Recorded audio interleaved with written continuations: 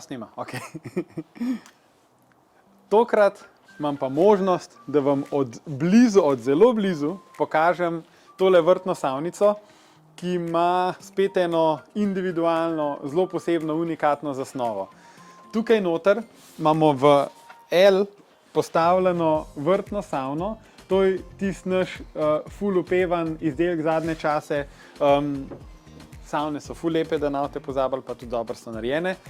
Zraven imamo pa pergolco, se pravi za prosti čas, pa še vrtno lopo, se pravi skladiščen prostor, in vse to v eni enoti na vrtu, in takšen modul vam postavimo praktično na lokacijo v eni uri.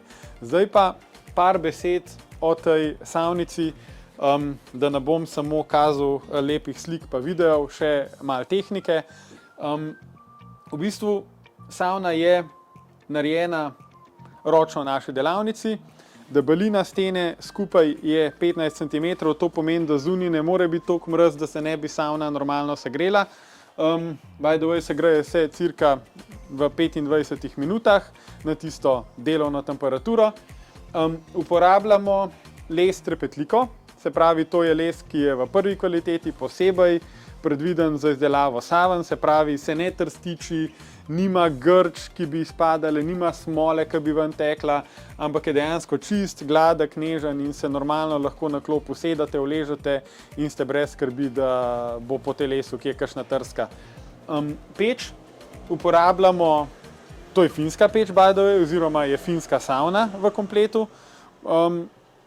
Na voljo so tudi infrardeče, ampak ta je finska. Peč je od proizvajalca Harvija. Finska savna pomeni, da imate na tej peči zložene kamne, ki jih polivate z vodo in potem ta voda izpareva in dosežemo pač ta efekt savne z veliko vlage.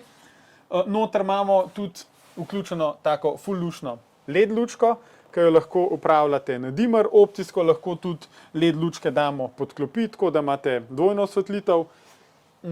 Pride v kompletu tudi peščena ura, vrček, zajemalka, polštrček, tako da lahko glavo naslonite. Skratka, kompletno vsa oprema, ki jo rabite za savnanje, in dejansko takoj, ko mi tole enoto postavimo na vaš vrt, lahko naslednji korak je, da dejansko savno prižgete pa tle noter uživate. Evo, zdaj imamo pa še skladiščen del.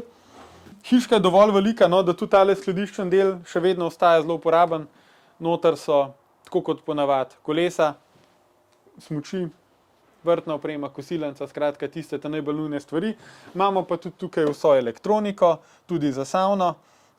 V stropu imamo tukaj tudi LED luči, skratka vse se upravlja tukaj iz te enote in objekt deluje na ta način tako zelo enotno.